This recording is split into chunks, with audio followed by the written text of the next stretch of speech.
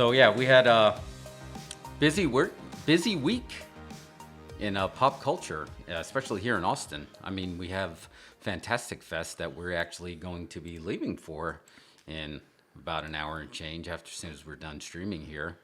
It's a big event, big difference, different vibe this year. But the alternative version of Fantastic Fest. Yeah. I guess it's not officially happening. Yeah, it's not official. I don't know if it's official or not, but it's a Unofficial, modified official. version of it. If anything could be unofficial, official, it's going to happen here in Austin. So, and then on top of that, we had AEW Grand Slam last night, part 1, part 2 tomorrow.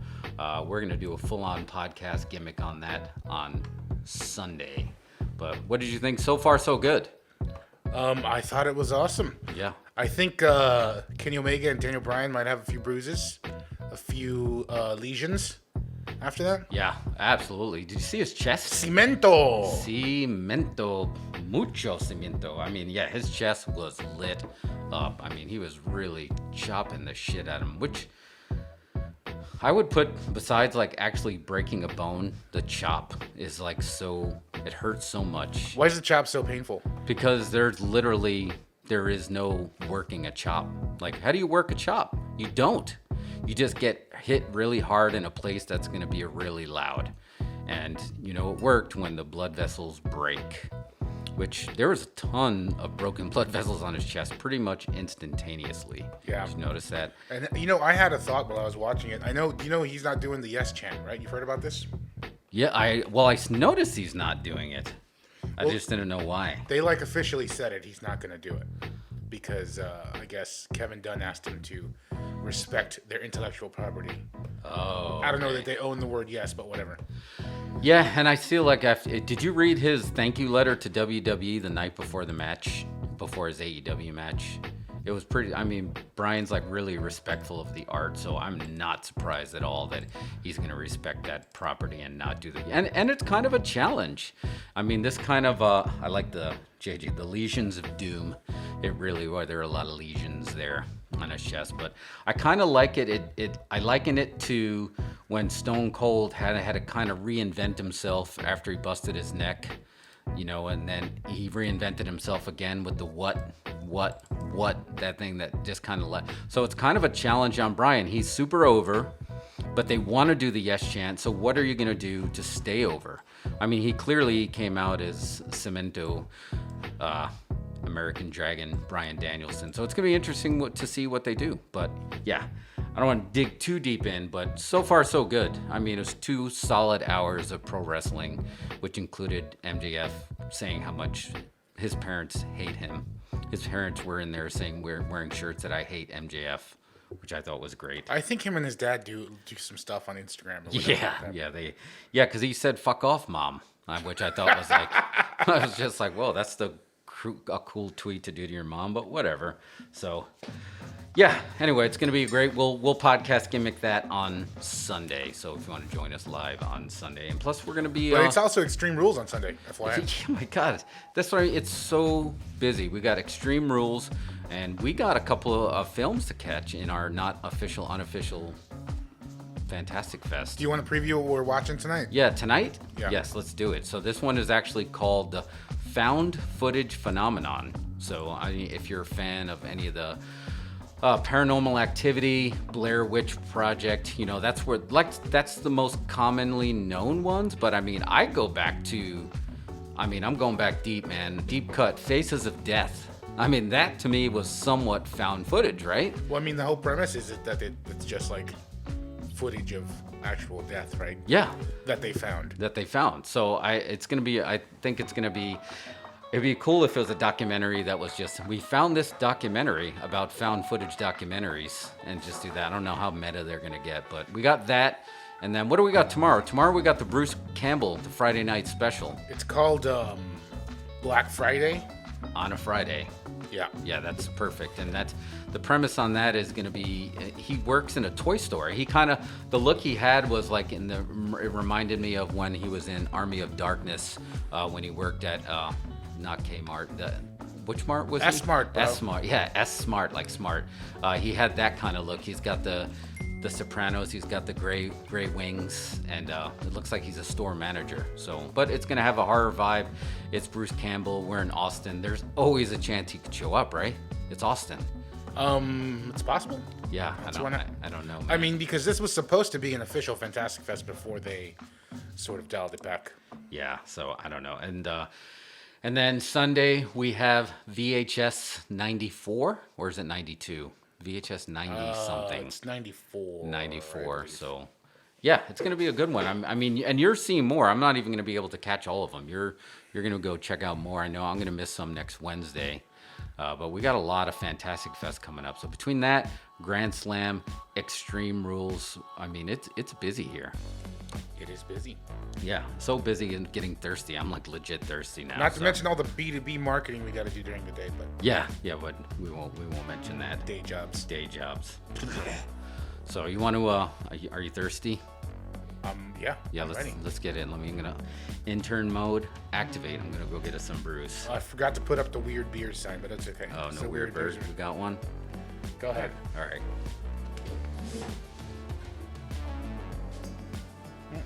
Maybe I can do that now. Let's see.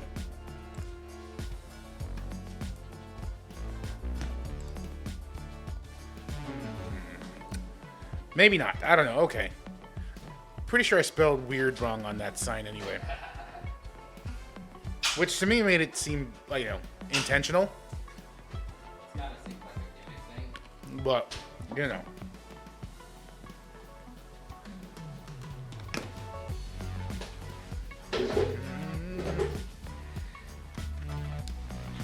Yeah, I kind of like that you spelled weirdly. Yeah. I think that's kind of cool. That's kind of adds to the gimmick. Oops. No podcast gimmicks. All right. So, first off, got these awesome glasses, and I know Halloween is. I think it's your favorite season. It's actually my favorite season too. I mean, it's once October hits, it's just on. I decorate my lawn, definitely like evil Clark Griswold. I've never seen your lawn decorations. Yeah, I do it, man. And I actually got a 12-footer this year that I'm gonna blow up. So it's gonna be good. But I saw these glasses in your cupboard, and I was like, this is perfect. So we got actually from Mondo Halloween, which we'll be heading to. You got the Halloween glass, which was the first one that just kicked off. Wait, put it on the close. Oh yeah, let's put it on there. Oh, and I hit my head. Where are we at? Right there. You see that? And you got Jamie Lee, and then you got Michael. Look at no evil in those eyes. And then we got the It Clown. So you got to show the bottom of that, the inside bottom. Oh shit! Yeah, look at that. Nice. Got some Pennywise in there. That looks really good. So I figured that's good start to prepare us for the season. But we're gonna go with, as we were corrected last time we did this. This one is Distill Brewery Wild Sour Series. It's the key lime pie. Gosh, we were corrected. It's not Gauche. It's not goosey.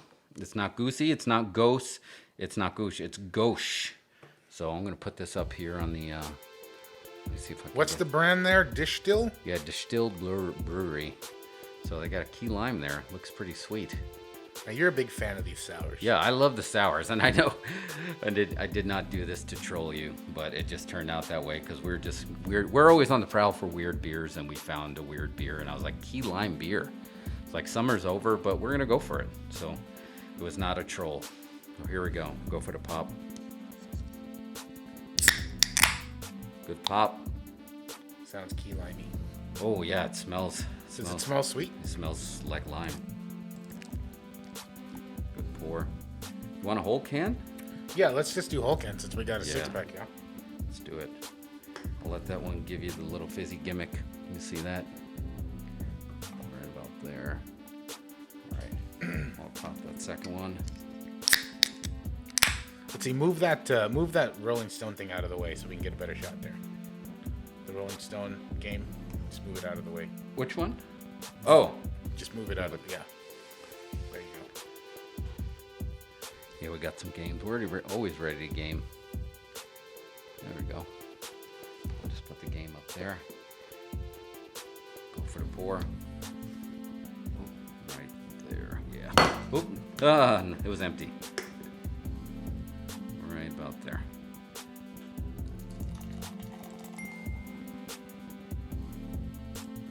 All right. I didn't do the official pour. I didn't do the side. So Yikes! Got the fizzy lifty drink. Fizzy lifting drink. We'll start the early movie trivia. Who drank the fizzy lifting drink illegally? I don't know his name, but it was the main kid. Charlie Bucket and Grandpa Joe, who apparently was collecting some disability, and then all of a sudden there's a chance at him becoming a millionaire, and all of a sudden, boom, he can walk. He just had a little skip in his step. He just got out of bed like, all right, here we go, $1 million, I'm in. I always wondered why, they all slept in the same bed, remember? Yeah. I always thought, wouldn't a huge bed be less cost effective than a few smaller beds? Yeah, it didn't really make any sense, but it was charming for 1973 or 71. That kid only acted in one film. That was it, right? Yeah. That's crazy. All right, intern mode, activate. I'm going to bring you the It Clown.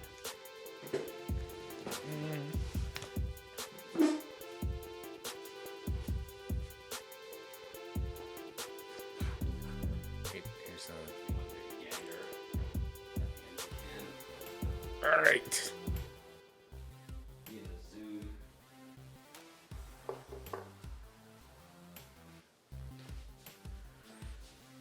Doesn't smell that limey.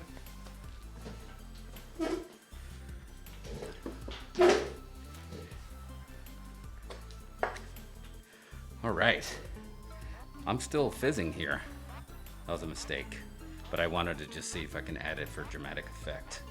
All right, let's go for it. Ready? Salute to you. Salute Twitchy. JJ, get ready to call the authorities. He's going sour. Ah! Okay. Hold on. Wait a minute. What's the matter? There's something missing here. What do you think? Is it the key or the lime? I think it's missing. There's no sweetness to this. There's no key lime. There's no pie in this. This is all key lime. No pie. Right? I don't taste any pie in this. I don't one. taste This is any just pie. straight limey. It doesn't have any. I honestly don't know what key lime pie smells like, but I don't think it's this. No, key lime pie is delicious, and if you ever get like key lime custard from like Andy's or Freddy, one of those joints, you'll love it. But we need the Triple H here because I think I'm gonna give another B plus player. I mean, it's not bad. There's no hops. It does put a good top on there. All right, I'm gonna hit you with an ambush movie trivia quiz. All right. I'm just gonna do a quick movie quote because in honor of pie, and see if you can get it. And I'll give you a hint. It's not American Pie. Is it Revenge of the Nerds? Oh, how did you do that already? I didn't even ask the question yet. I did not even ask the question yet. That Matrix. Do you got some Matrix code in there? So I now you need to guess the quote because I think you're gonna. You're gonna. It's 3 words. No, that's my pie. That's it. That's it. We did it live. We freaking had a live mind meld. Holy shit. Mind meld. That was impressive. There's a game called Mind Meld that you do that with and you try to say the word at the same time. But we just had a live movie mind meld. That's Triple M. Wow. GG Mario. That's right. I think we just started a new hashtag. It's a movie mind meld. How did you do that? How did you know I don't know. It was the first thing that came to mind. I was gonna clear the bottom of the tin. That's why. That's my pie. Wow, that was a cheers to that. Wow. That was great. No, and the beer's not bad. Again, I don't feel like the only one that was not. I don't know. Maybe I'm too much of a pacifist. I feel like there hasn't been any that I've aggressively disliked. Even the movie Nachos was just like I would drink it. Oh wait, never mind. the Bud Light, that Chelada, the Bud Light one. Oh yeah. That tastes the clam beer. That I wouldn't call that a weird beer though. Oh yeah, clam beer. You know, there's still one of those in the fridge. I'm not sure which one. Well, we'll was next to definitely flavor. we're gonna have to do it. I mean, it's here. We might as well drink it. I don't know if Well, spoiler, we got the Tamarine ones for Modelo's finally for Monday. Yes, Modelo So we might Monday. have to try that Budweiser minus clam. Oof. Although I feel like the Tamarind should have its own show. I mean, it's had such a build up. We could do it. Let's do it. Modelo Monday, yeah. Yeah, we got it. It's gonna be Modelo Monday. We got a show. We're gonna do a show tomorrow, right? We're gonna talk about Black Friday. We're gonna do a show Sunday. We got a lot of lucha that we're gonna talk about, and then we'll do our regular Monday. I feel like we didn't get to game this week, but between all the lucha and all the movies, we haven't got to any retro games. But we're gonna do a lot of retro gaming. I want to do in October, not of Halloween. Obviously, we got to do some Castlevania. We got to do some Ghosts and Goblins. I mean, so we got some good retro games that we need to do. But By the way, I was at my mom's this past weekend, and I found my old Nintendo, you did? the OG Nintendo. I don't know how you hook that thing up to a computer, but it's there. I have some AV jacks to USB, Oh, so that might work. could work. I know there's games out there over there somewhere. Oh man! And all you got to do is you just got to blow in it, and they're gonna work because that always worked. There's a really good documentary on the Nintendo versus Genesis wars. I think I saw that one. Is it On on Netflix. Netflix? Yeah, on Netflix. That's a really good one. That's definitely worth watching. So, but in the meantime, speaking of movies, in honor of Fantastic Fest, All right, put that wild sour can over there on the. Where do you want on top of the Rolling Stone thing? all right, you want to put it up here? There you go. You can get that. Uh-huh. Oh yeah, there we go. Perfect. Yeah, we're gonna do Blockbuster again, but we're gonna just go. Wait, are we doing Blockbuster? Or are you doing this? No, one? I found this one that's it's 100 movie trivia questions to stump all your film loving friends. So I love the Blockbuster one, and I feel like it's always good to go. But let's try this one just for a little variety. 100 questions. And I'm looking at it. It really is like. I think it's going to be really hard. You think? Maybe some of them. Is it a specific genre? No, it's all over Or the is it board. for anyone who's ever seen a movie? No, Like the that's other what I day? mean. This is not for anyone who's ever seen a movie. This is going to get pretty deep. You're going to get some. I'm going to feed you some that I know that at least that you're in the realm of getting. I mean, I think your film knowledge, just being a direct, I know you can hang with the best of them, I think, even without, and I know there might be Like some. I said, I almost made it on TV, but I lost to Dancing Granny. Yeah, everyone loses to Dancing Granny. But let's try it. I'm going to give you one of the old ones, and this is going to, basically, you're going to choose your adventure. Before I forget, though, did you see the gimmicked movie that's coming up on Netflix with The Undertaker? No, what's that? So it's basically, remember Black Mirror did Bandersnatch, where you get to choose what the character does? I never saw it. But I Oh know my it God, existed. dude, you got to see that. That was fantastic. That was so good. It was incredible.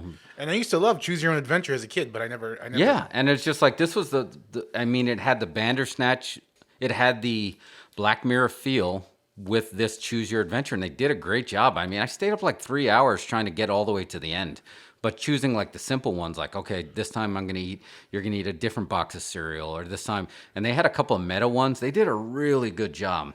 Anyway, you have to do it like on an iPad or an interactive TV because it'll have the little bang icon in there. Anyway, they're doing one with The Undertaker where apparently the New Day go to their house and they have to try to navigate through the Undertaker's mansion, and you got to choose the direction they go.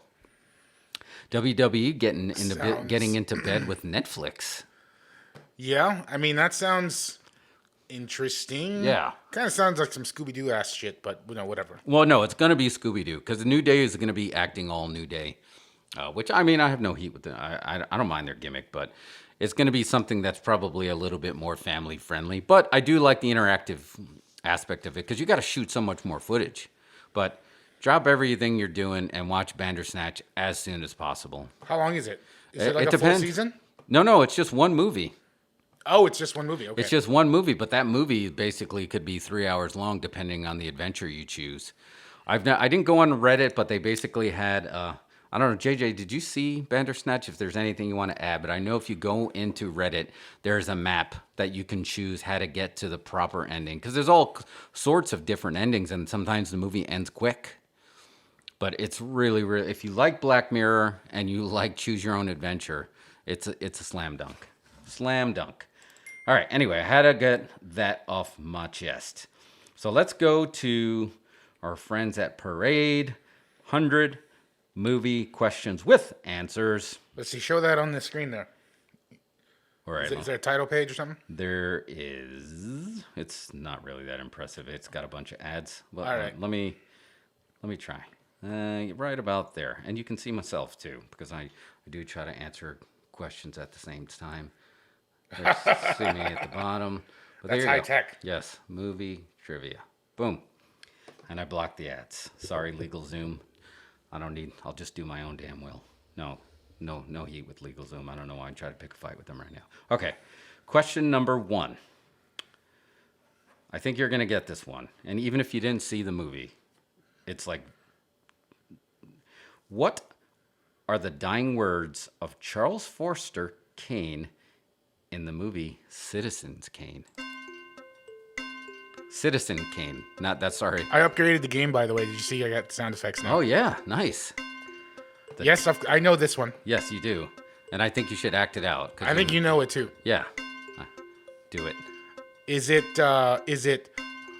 Rosebud? Ding, ding, ding, ding. Correct. Awesome. Yes, it is Rosebud. I feel like even if you never saw that movie, you know Rosebud. So I don't know. It might have been one of those movies I saw once and never watched. Bonus question. Do you know what Rosebud is? Yes. It is it's a sled, right? It's a snow sled. Correct? Correctamundo? That's correct. All right, yeah. I said I only saw it once, but I feel like I know this one. Oh. This one, you want to go hard? Do you want to go a little bit hard? Do you want to go hard to the paint and try one? Yeah, bring it. All right, this one's going to be a little tough. This is probably late 60s, early 70s, and it's going to be the name of an actress. Who played Mrs. Robinson in The Graduate? It's Mel Brooks' wife. Oh, yeah. Yes. But, I'm trying to think of her name. I feel like you should get it just for knowing that. Yeah. That's impressive. It's, what's her name? I can't think of it. Oh, man, but you know who, but you yeah, got I can picture it. Half point. And That's it. Bancroft. That's it. Bancroft. You got it. Anne Bancroft. Man, and he went hard to the paint. Yes, Mrs. Robinson was Anne Bancroft. You know, for the whole time, it was just like, until American Pie created the lexicon MILF, anytime there was like that, are you trying to, the mom trying to hook up with a younger guy, it was, are you trying to seduce me, Mrs. Robinson, right? Yeah. And then all of a sudden it said MILF. It kind of, that was the next generation of it was MILF, MILF, MILF, MILF. Anyway, yes. MILF was American Pie. All right. Oh, man, this one's this one's hard. I'm going to skip this one. I'm going to read it just so you have it, but I feel like let me try it, but this is an unofficial question. Just do it. Do you want to just do it? You have to just do it. All right, man, this is tough. What was the first feature-length animated movie ever released? And this might be wrong, but go for it. Disney released this first ever feature-length animated movie. Is it Fantasia? That's what I was thinking. I thought it was Fantasia. It's not Fantasia? No, according to Parade, it's Snow White and the Seven Dwarfs, but I thought it was Fantasia. Which, wow. I don't know. I mean, Fantasia is just a drug trip. I've actually never seen it all the way through. It's tough. I mean, it's okay to watch if you're like eating any medicine. Yeah, and JJ thought it was Cinderella. I think we're all circling it. But again, we all live in a multiverse, so we're all right. Because in each one, it's something different. All right, here is a ground ball. I'm giving you a ground ball because we're just going to go in order.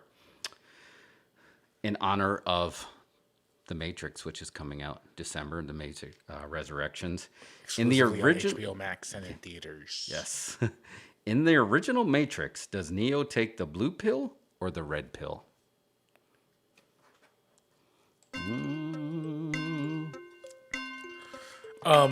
This would be harder to remember if it hadn't been absorbed by the, political culture. Yeah. Now getting red pilled means something different. Right. Yeah, and I think that's But he took the red pill, right? Yes, correct. Which I think is bullshit, right? Because that was like, the red pill in the movie was like, let me show you what's real. The red pill in this reality is, let me fucking blow smoke up your ass. Mm-hmm. Sorry, can we curse on here? Dude, this is the late night. Yeah, I mean, it's not like you can curse on TNT That's right now. So it's not like I can lick the mic. Okay, sorry. Hey, speaking of lick the mic, what's up, Podcat? All right, this could be a ground ball. All right, question number 5. For what movie did Tom Hanks score his first ever Academy Award nomination? Podcast. Nomination, not win. Not win, nomination. I know this one. Was it? Podcast. Was it Big? Dun dun dun dun dun dun dun dun dun dun. Yep, that's it. And oh man, we should get the Casio SK1 sampling digital keyboard. I feel like I think I can play that if I remember correctly. I'm not sure it works anymore. I had some batteries go bad in it. Oh man. All right, I'm gonna skip this next one because it's a movie that involves a talkie and 1927. That's deep. That's a deep cut. But this next one is like right up your alley. But anyway, I'm not going to read what 1927 musical was the first talkie. The Jazz Singer. I should have read it. Why did I read it? That's right. I don't know how that dancing old lady, she's like, well, I can't out movie quiz him, but I can dance. We got it. You're in. I'm still in debt for this film school education, so I might as well use it for trivia. All right. Damn, that's awesome, dude. It's Dos Incredibles After Dark. We're taking it to the next level. All right. This one is just pretty much a ground ball for you. Because, I mean, you just hit it out of the park. You just hit like a high slider right out of the park. So, in honor of Christmas, what's the name of the skyscraper in Die Hard? It's not even going to need any time to, I guess you can try to milk it, but this one. Maybe we'll run out the clock. Yeah, just for fun. I remember seeing Die Hard for the first time and it blew my mind. Oh my God. I had a choice between they were taking me, my dad was taking me to the movies and we could watch Die Hard or Ferris Bueller's Day Off, and I really wanted to see Ferris Bueller's Day Off. You had no idea. He wanted to see Die Hard. You had no idea what you're about to get into. And it blew my mind. And it's Nakatomi Tower. Yeah. Yes. Nakatomi Plaza. Nakatomi Plaza. Yeah, oh, wait. Plaza. I don't know. Does that count? I don't know. That was... Man, you got freaking Jazz Singer. We're not going to take it away on that one. But yeah, Nakatomi Plaza. Who knew that was going to be... Basically, everything after that is like, this is Die Hard on a boat. This is Die Hard in a plane. This is Die Hard I mean, it created a genre in a way. Do you like Die Hard 2?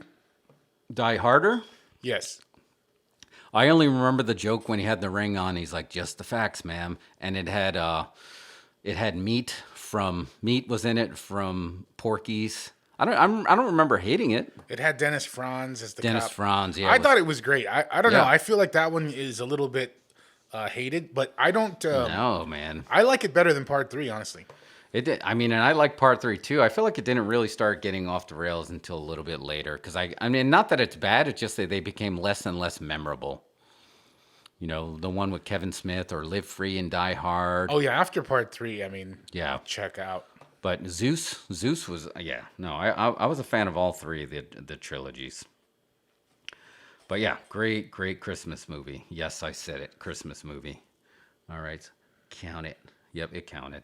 All right, next question. In honor of Christmas again. Wow. What flavor of Pop-Tarts does Buddy the Elf use in his spaghetti in Elf? Ooh, I wouldn't have got this one. I honestly have no idea on this one. I feel like Elf got you the other day, too. I'm not a big fan of Elf.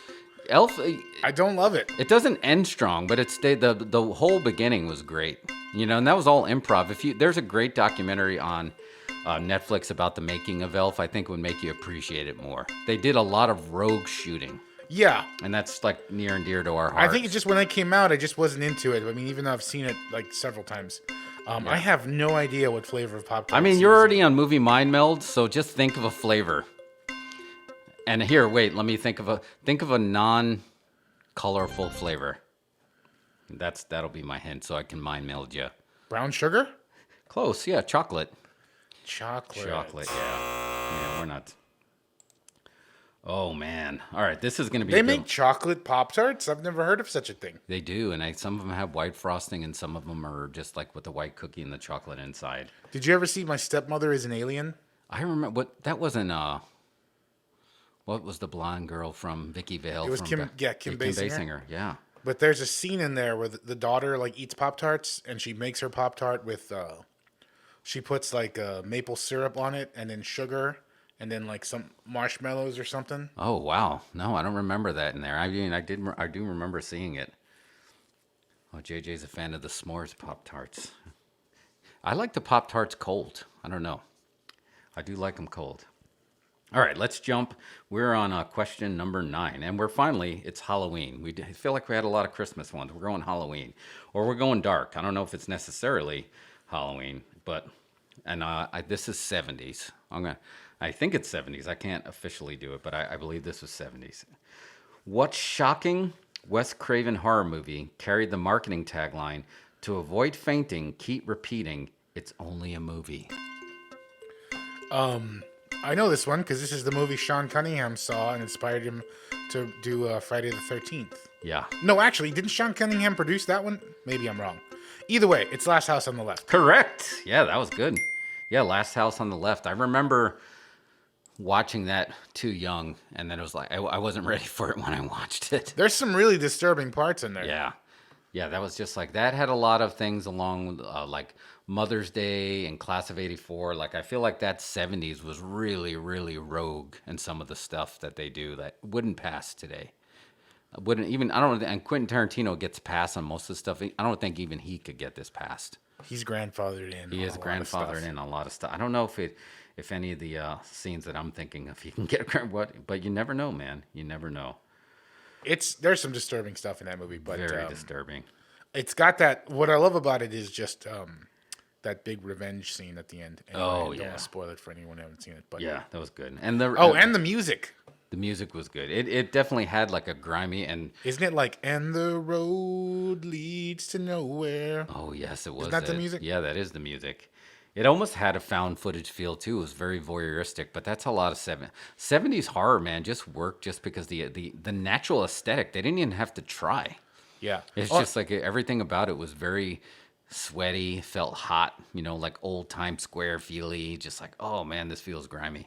But the OG was Cannibal Holocaust. I think that's probably one of the first ones. Right. That really, people got arrested over that movie because they thought people were actually killed in it.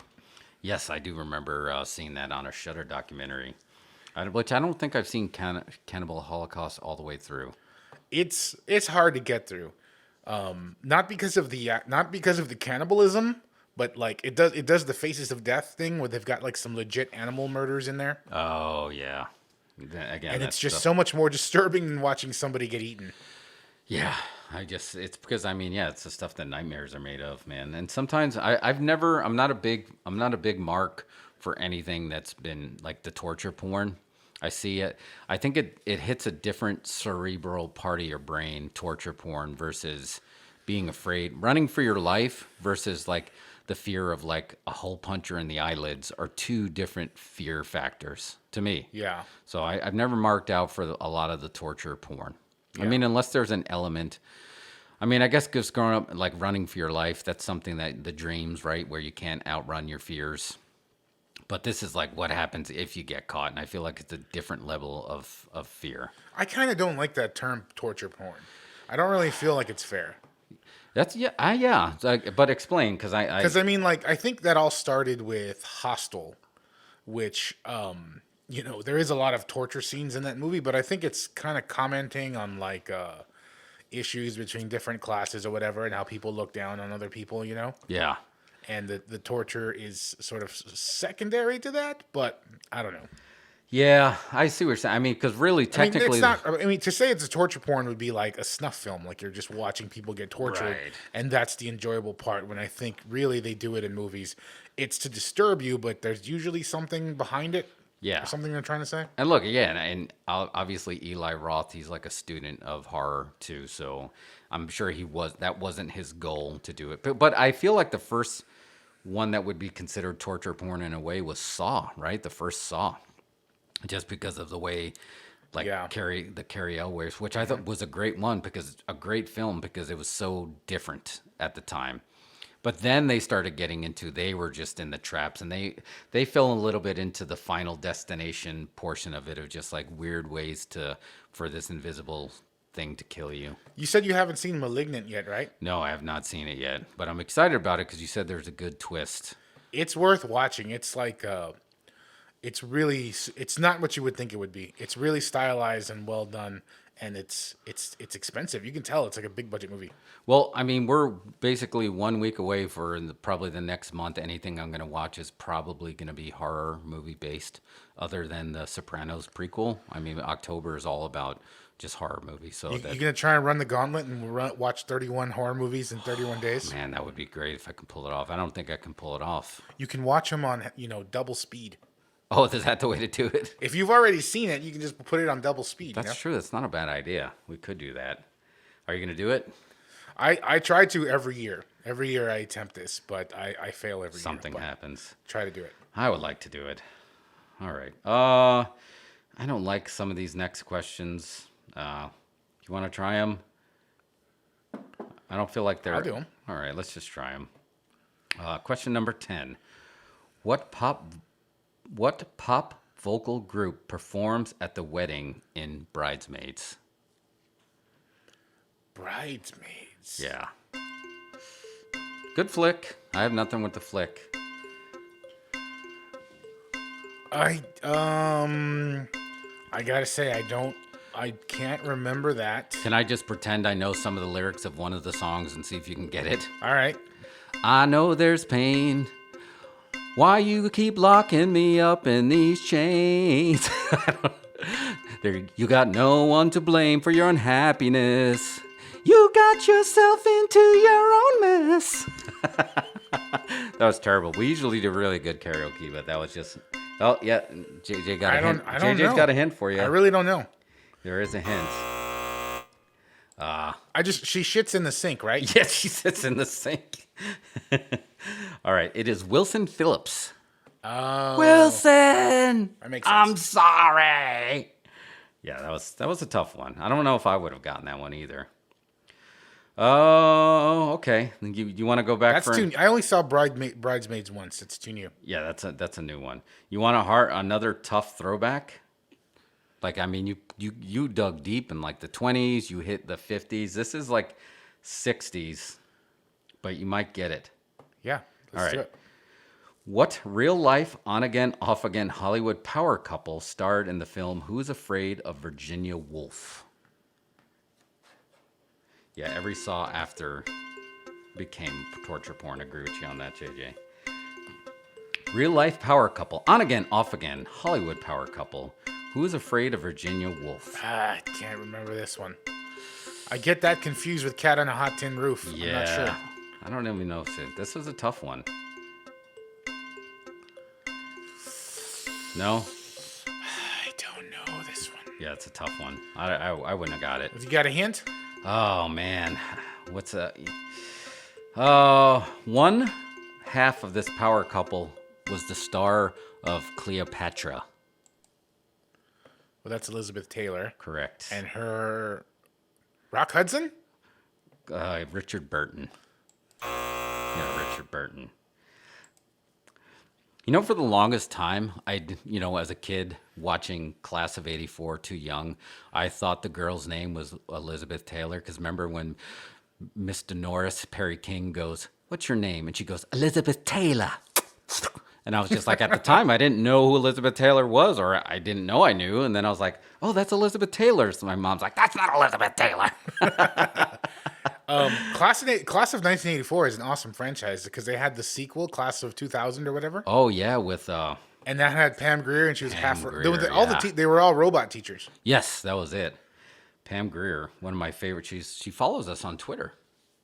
And she's a Does she doctor. really? Yeah, she's a doctor. Yeah, I got to check out. I'll send you her profile. It's strange. We should do a screening series of Class of 1984 and Class of 1999, and The Substitute with Tom Berenger, Oh yes. and then 187 with Sam Jackson. All about high school revenge movies, Yeah. where like teachers are getting revenge on the students, Right. That's the which other they way. can't make that anymore. You can't No. have teachers beating up students in school. I feel like No. that was a genre back a while ago. The closest you can get was you used to call me Crazy Joe. Now they call me Batman. Oh man, we saw that so many times at the Dollar Theater. I know. Lean on me. All right. That was good. Let's see. Oh, all right. Here we go. Ooh, no. I don't know about this one. All right. Wait, no, I skipped one anyway. Okay. You're getting this one. What American writer-director starred in several iconic European-produced spaghetti westerns? Can you repeat the question, please?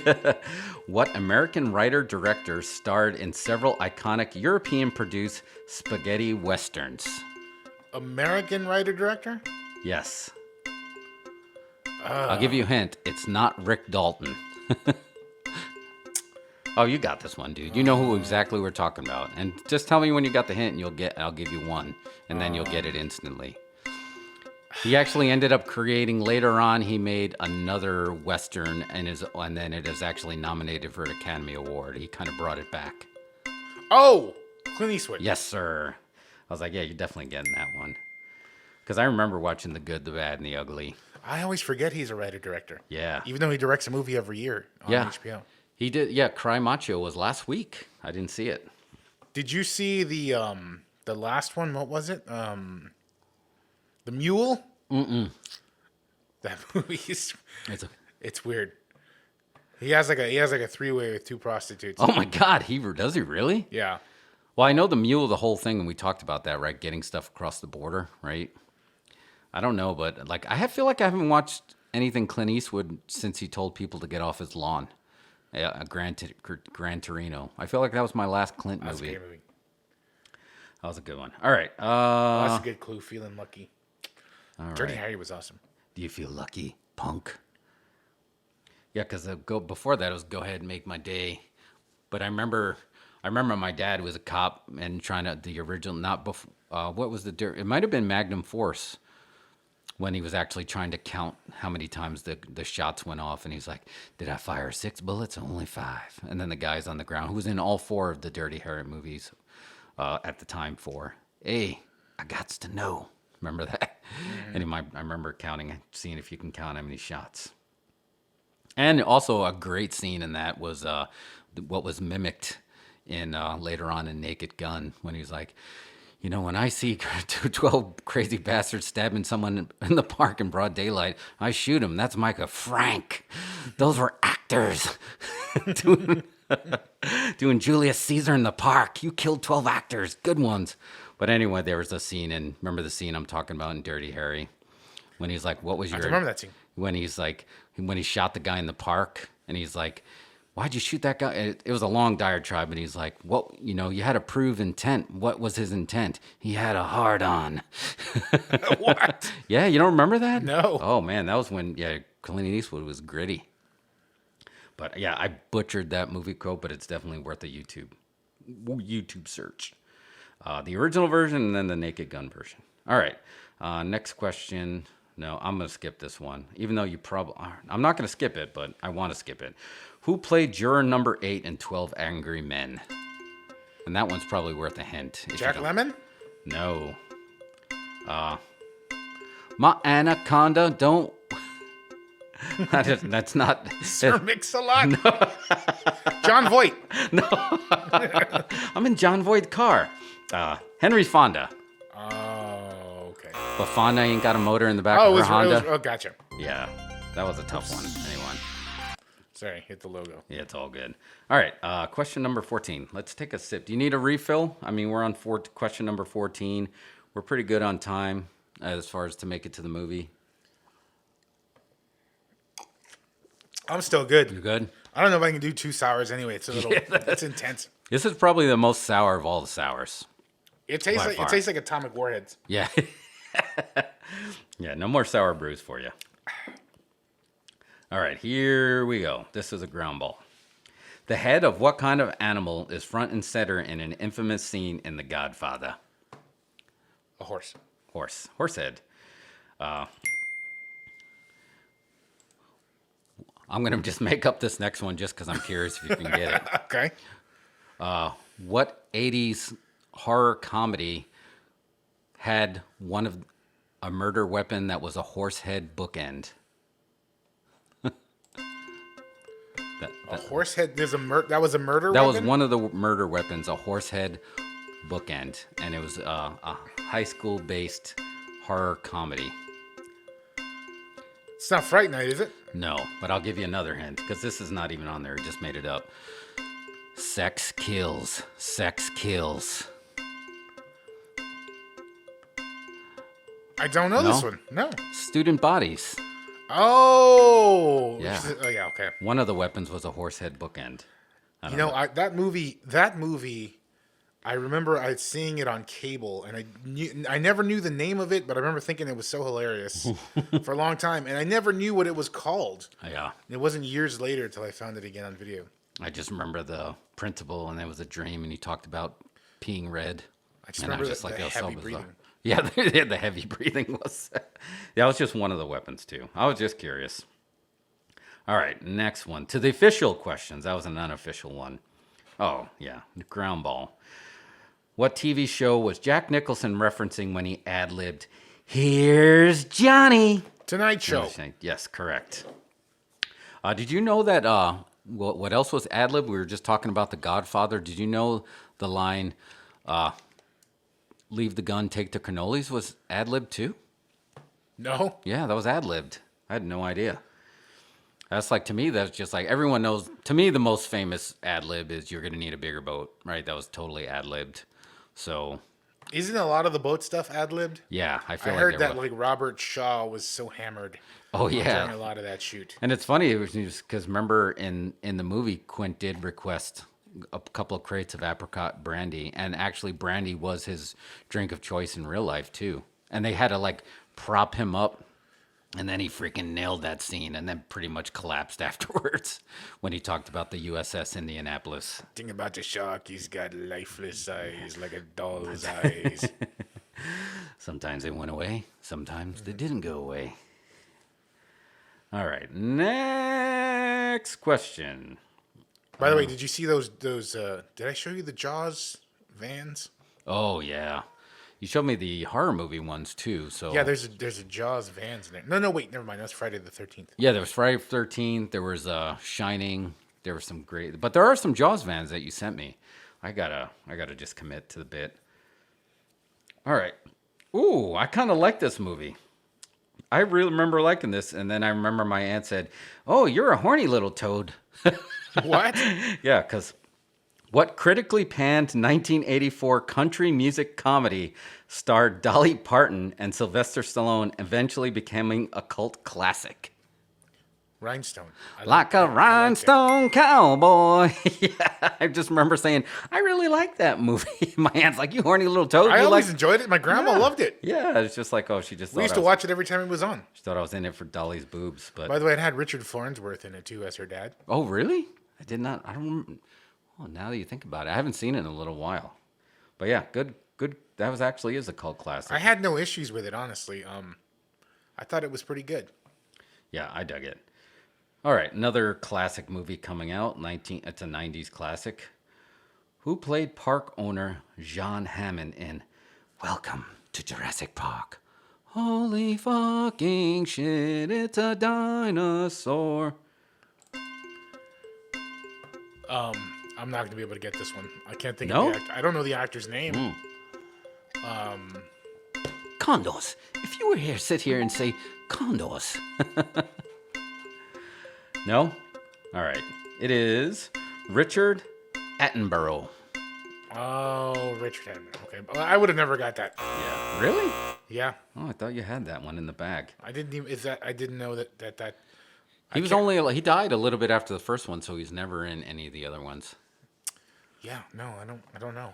All right, let me cleanse your palate. Wouldn't have got that one. With a ground ball from 1976. Cleanse your palate. In what 1976 thriller does Robert De Niro famously say, "You talking to me?" Which was also an ad lib, apparently. Taxi Driver. Taxi Driver, correct. Yes. Cleanse your palate. Oh, let's blaze through some of these because you got another eat.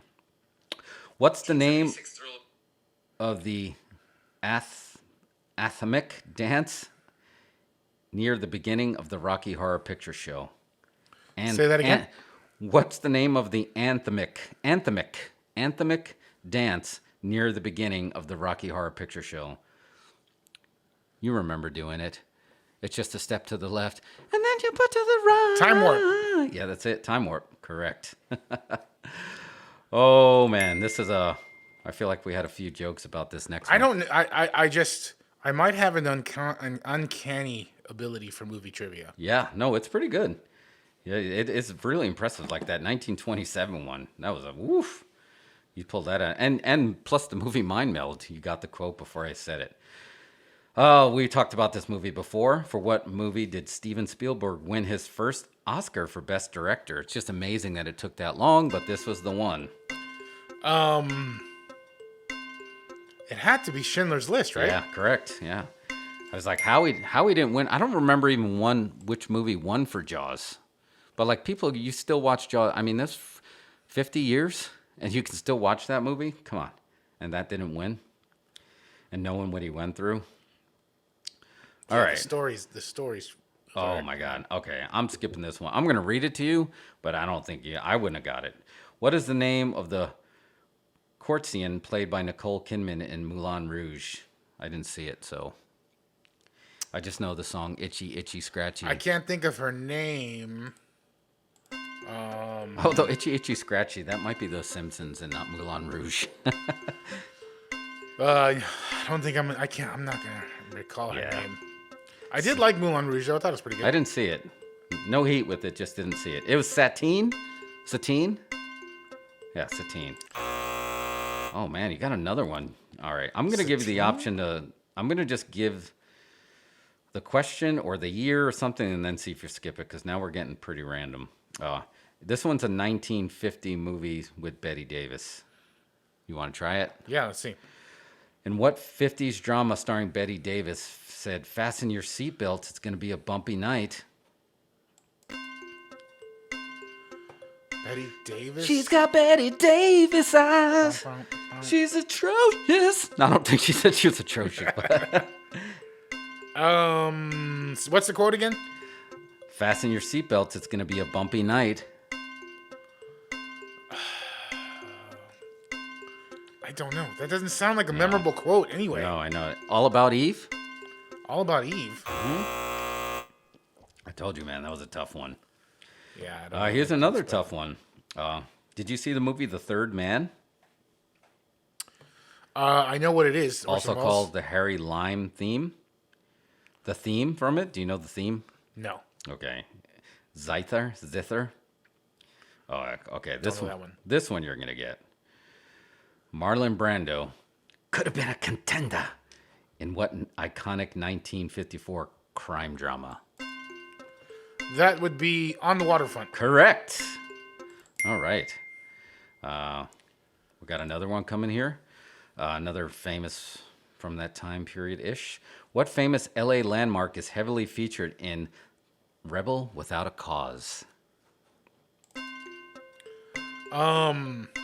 Jimmy Dean. James Dean. I don't know what it's Rock called. on. It's like an observatory Yeah, or that's something? it. Yeah, Griffin Observatory. You got it. That's half. You got it. Ooh. I did not see this, and this is one of the movies that, like, Film Buffs may shame you if you didn't see it, because I believe it was Oscar nominated. Who played MLK Jr. in the 2014 biopic Selma? I don't know this actor. I don't recall him being in anything else, so it's hard to say. David Oyelowo? I don't know. Yeah, I should skip that one because I probably butchered his name too. This one is ridiculously hard. Who directed Boris Karloff in classics The Frankenstein and Bride of Frankenstein. That would be sorry, wrong button again. Button. Who's got the button? That was James Whale. Fuck! Yeah, that's correct. Man, there you go. How did that dancing old lady? I wish you can find her. She's probably turning over in her grave right now. She made for better TV, but yeah, she's probably dead now. That's unfortunate. R.I.P. Dancing old lady. All right, we're gonna go to the 80s, and yeah, you're gonna get this one. Maybe. Yeah, you got James Whale. How are you not gonna? What infamous 1980 box office bomb ruined the career of the Deer Hunter director Michael Cimino? I think it was called Gates of Heaven. Yeah, Heaven's Gate. Heaven's Gate. Yeah, Heaven's Gate. yeah. That was like until Waterworld, everyone talked about Heaven's Gate being like the biggest bomb of all time. What would be other bombs besides those two? Like those two are still synonymous with bombing. Waterworld, which I liked, but I thought it was basically Cutthroat Island was a big bomb. Cutthroat Island with Gina Davis, right? And Matthew. I mean, there's Modine. been some recently, I feel like, but I guess they're not. Things don't bomb as notoriously as they used to. Yeah. It used to be a huge deal. A movie bombed and everybody would be scandalized. Yeah, and then you go to Hollywood jail like Vincent Chase. All right, you got okay. Ooh, I don't know this one. I'm gonna just read it, and you can say. I think I'm gonna give you the option to say pass. What words are written on the knuckles of Reverend Harry Powell, Robert Mitchum, in The Night of the Hunter?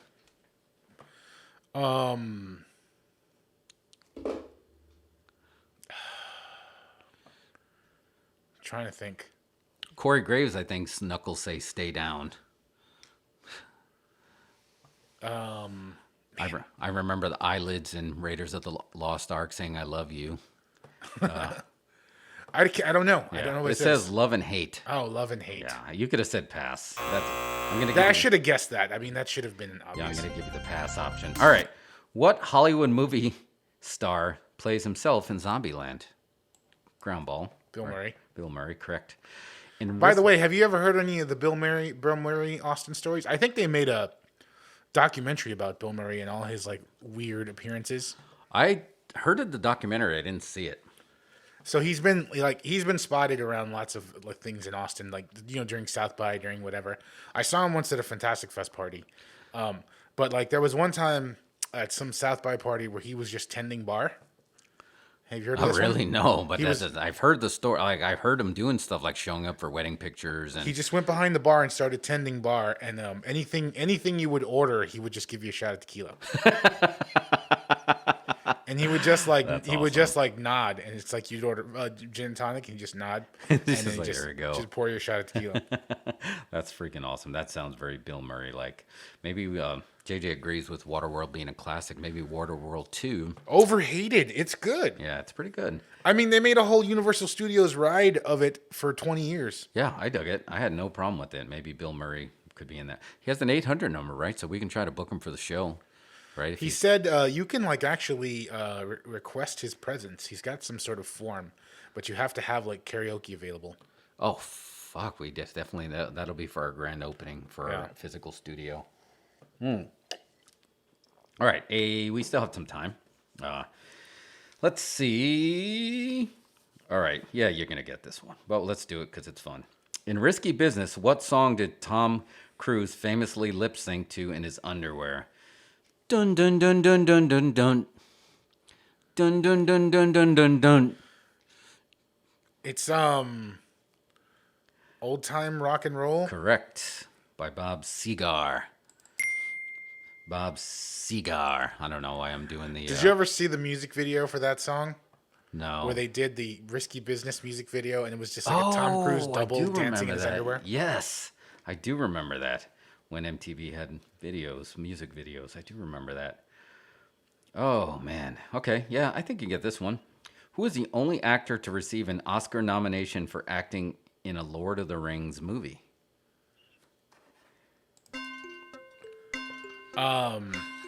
Hint. I try to use him as a hint, thinking you can get the movie that another movie he was in. Charles. Oh, Charles, why do you come here? It's Ian McKellen, right? Ian McKellen, yes. Oh, Charles, why do you come here?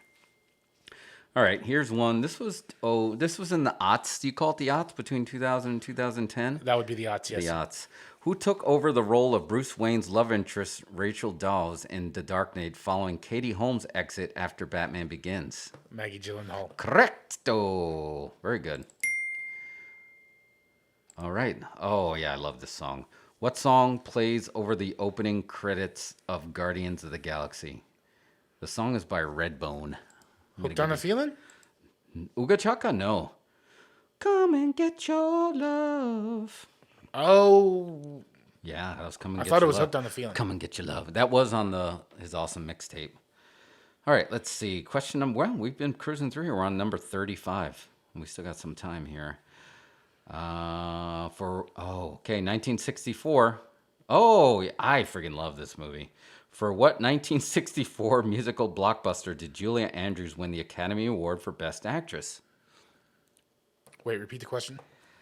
For what 1964 musical blockbuster did Julia Andrews win the Academy Award for Best Actress?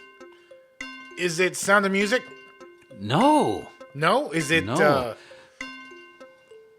Oh, wow. what year again? 64. It's hard to believe it's 64.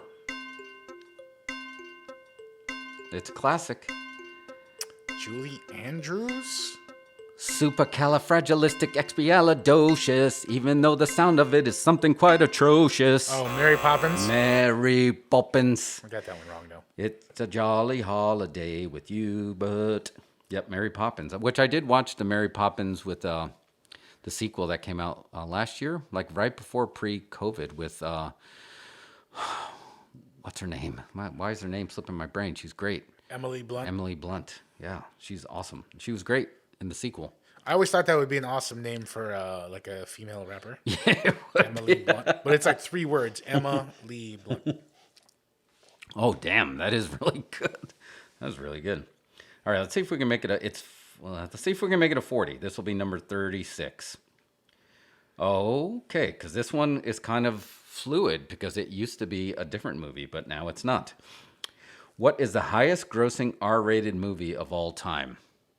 And I'll give you a hint. Remember, there was a reigning movie for a long time, and then it got dethroned, and then it almost got dethroned, and then it got dethroned. So it's going to be not the one that you were originally thinking. Is it Joker? Joker, correct. Yes, it is Joker.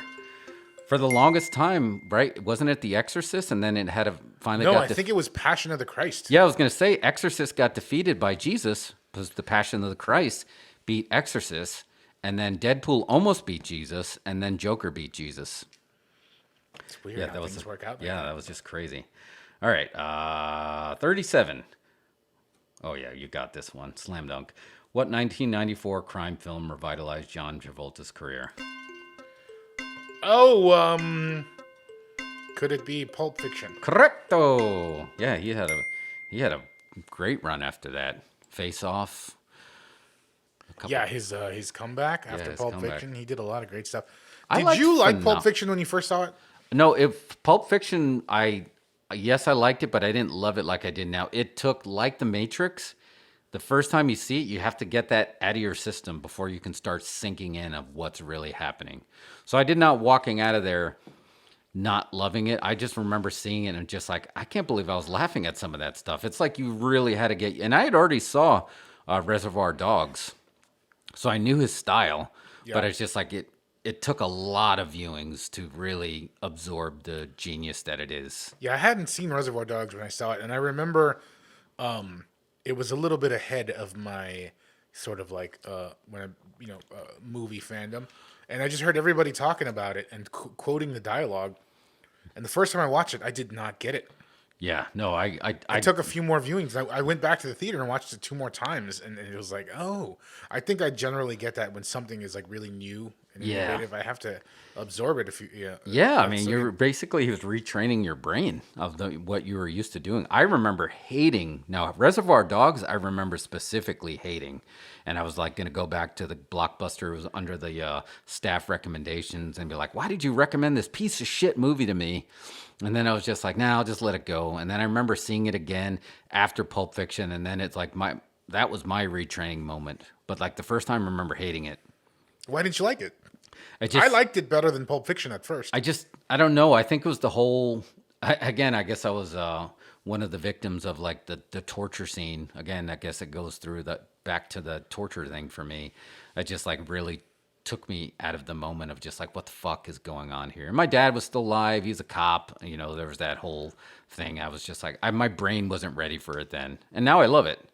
So it's just Yeah. like time. But then I grew up hating vegetables, and now I love vegetables too. So you know, shit happens. I didn't used to like Chinese food. Yeah, isn't crazy. Our palates change whether it's movie or food. All right, 3 more. Who voiced the sultry Jessica Rabbit and Who is Afraid of Roger Rabbit? Kathleen Turner. I'm not bad. I'm just drawn that way. Great movie. I'm surprised they haven't tried to bring that one back. There was a lot of crossover in that movie. They could never do that again. There was Oh, a yeah. lot of IP crossover. Remember? There was, yeah. And they attempted it with whatchamacallit, Space Jam, but yeah, it was different different times. All right, this was actually a really fun moment. I'll never forget it. Which movie was incorrectly announced as the winner of Best Picture at the 2017 Academy Awards during the greatest Oscars flub of all time? La La Land. City of Stars. Yeah, and it was just like, that was so cool, especially trying to see Warren Beatty. He's like, hello, hello, like trying to calm everybody down. I enjoyed the ruckus. Yeah. I really like that ruckus. All right. Here's a piece of trivia. Yeah, The movie that did win, what was it? It was called Moonlight. Moonlight. One of the main actors there is from Austin, or at least he went to school in Austin. Oh, I think I remember you telling me that. And he actually auditioned for Book of Joe. Oh, nice. That's awesome. Yeah. Yes, that's your directorial film. Mm-hmm. That's awesome. We should yeah, we got to do a screening of that. That'd be fun. Oh yeah, we can just play it on this channel. I think. Yeah, we can, right? I remember actually I went when you had it in the film festival and the AFS cinema. Oh yeah, that's right. I remember. Yeah, went there. It was cool to see it on the big screen. All right, let's go. We got one more. Which, okay, let's see. We're going to, if you're going to end it, you're going to end it. You're going to hit it out of the park. Which 1948 Alfred Hitchcock movie stars James Stewart and was shot to look like one continuous take? That would be Rope. Correct! Ding, ding, ding, ding. Dude, that's awesome. What was it? Was you? Yeah, I remember you referencing Rope when you told me to go see Birdman, and that's all I looked for is just like how did they do that one take? Yeah, but that was Hitchcock actually pulled it off. Now they do it by like they blend shots together to make it look like it's one continuous take. Oh, okay, so it's still done in the. That was pre-computer. He had to actually do it in one take. Wow, that's incredible. What was the one movie that we just went and saw? It was a Fathom event. It was Woody Harrelson. It was pre-COVID. It was like heralded as the first live movie. Did you go see that? I Yeah. remember. I don't know what Yeah. it was called. Maybe like something One Night in London or something. Yeah, I went and saw it. It wasn't bad, and I stuck around for the Q&A. But I was just curious to how to do a live movie. They did a great job. There really wasn't that many noticeable flubs. So Woody Harrelson, though, he's the man. I mean, he's just, who would have thought that Woody, that lovable bartender from Cheers, would become Woody Weed guy. It's a legend. Man. He is the legend. All right, cool. That's I think that's all we got. It's about time to go check out some Fantastic Fest if you're ready. Thank you for joining us, and then if you see this in the future, we will be live again. Some outro tomorrow. music. Yeah, let's do some outro music. We'll be back tomorrow. We're gonna prep. We'll tell you about found footage phenomenon, the documentary, and then right before we go to see Black Friday, and then and then we'll be back Sunday, and we'll do some AEW Grand Slam live podcast gimmick. And then Monday we'll do retro gaming again. And then I think we got No, Monday we got Modelo Monday. We got the new flavor. We got the new flavor Modelo Monday. So yeah, packed agenda here at Dos Incredibles Studio. So don't forget to hit that follow button. And if you want to start subscribing, that's cool. I don't really we don't. Whatever, man. Just join us for the See you later, JJ. Yeah, we're doing this fun. So yeah, peace out. Let's get out of here. I guess that was my out. Peace out.